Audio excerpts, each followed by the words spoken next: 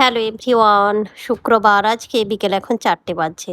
দুজনকে নিয়েই বেরিয়েছি, আমাদের সোসাইটির পাশেই আছে হংকং বাজার। ওখানে একটা পার্লারে গিয়ে দুজনকার আজকে হেয়ার কাটিং করাবো। রিয়ানের তো এতদিন এক্সাম চলছিল, দুদিন আগেই শেষ হয়েছে, তাই প্রথমেই ভাবলাম কোথাও যাওয়ার আগে আগে দুজনকার হেয়ার কাটিং করে নিয়ে আসি। তাই বিকেল বিকেলই বেরিয়েছি। হেয়ার কাটিং করার পর একটু ঘুরবো এই হংকং বাজারে, তারপরে আসবো। আর তো সামনে হেঁটেই যাওয়া যায়, কিন্তু রিয়ান রিশু একদম হেঁটে যাবে না, তাই এখান থেকে অটো বুক করেছি, অটোতে করেই যাব। কয়েকদিন ধরে হালকা গরম পড়তে শুরু করেছিল এখানে, কিন্তু কালকের থেকে দেখছি এখানে আবার মেঘ মেঘ করছে। হিমাচলে আবার বরফ পড়ছে, তাই এদিকে খুব ঠান্ডা হাওয়া চলছে।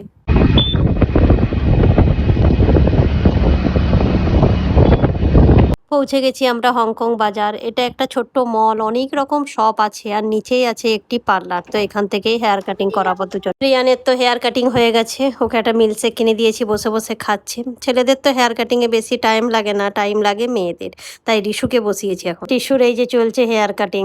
লাস্ট যখন আমি সামার ভ্যাকেশনে মেদিনীপুর গিয়েছিলাম, তখন রিশুকে হেয়ার কাটিং করিয়েছিলাম। তো অনেক দিন পর রিশুকে হেয়ার কাটিং করাতে নিয়ে এসেছি। হয়ে গেছে হেয়ার কাটিং, এখন সেট করে দিবে বেশ সুন্দর করে হেয়ারটা। আর এখন ছোট, কেয়ার করতে পারে না, তাই শর্ট করে দিলাম। এই দেখুন রিশুর হেয়ার কাটিং হয়ে গেছে, আর সুন্দর করে হেয়ারটাকে সেট করে দিয়েছে। কারণ আগের থেকেই বলে রেখেছিল মামা এক্সাম শেষ হওয়ার পর প্রথম যেদিন আমরা বাইরে যাব সেদিন আমাকে মোমোজ খাওয়াবে। রিয়ান প্রচণ্ড মোমোজ খেতে পছন্দ করে, তাই দুজনকে মোমোজ কিনে দিয়েছি, এখন খাচ্ছে।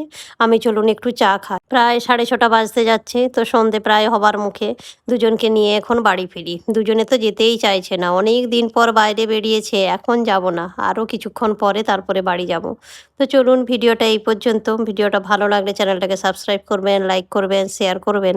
আর ভিডিওটা কেমন লাগলো অবশ্যই কমেন্ট করে জানাবেন। দেখা হবে নেক্সট ভিডিওতে।